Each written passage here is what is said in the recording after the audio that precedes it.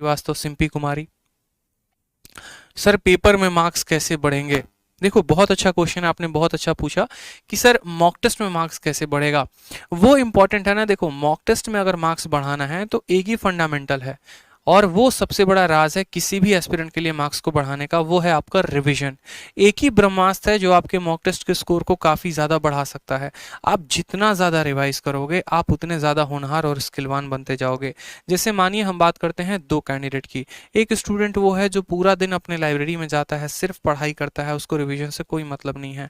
Monday to Friday बेचारा पढ़ाई कर रहा है, सैटरडे संडे को भी पढ़ाई कर रहा है, थोड़ा बहुत मॉक टेस्ट देता है, थोड़ा बहुत इधर उधर की बातें हो गई अपना कवर अप करेगा, करंट अफेयर भी पढ़ रहा है, जीके भी पढ़ रहा है। लेकिन कहानी उसकी क्या है?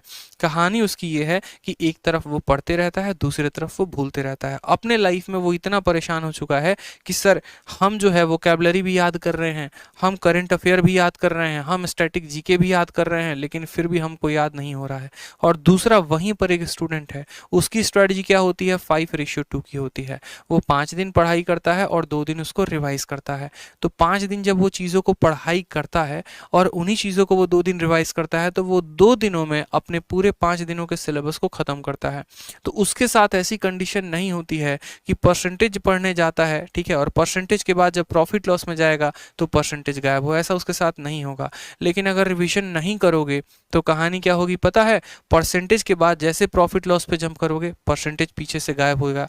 प्रॉफिट लॉस के बाद जैसे टाइम एंड वर्क में जंप करोगे, प्रॉफिट लॉस पूरा का पूरा गायब हो जाएगा। वो छोड़ो, अरिथमेटिक छोड़ के और जैसे एडवांस पे पहुंचोगे, जैसे अरिथमेटिक को छोड़ा और एडवांस में पहुंचा, पूरा का पूरा अरिथमेटिक गायब हो जाएगा।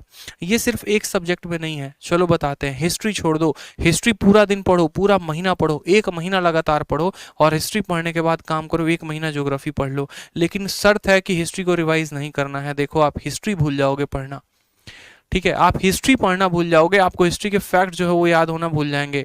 यही कहानी सिर्फ आपके साथ नहीं, किसी भी टीचर के साथ भी अप्लाई होती है।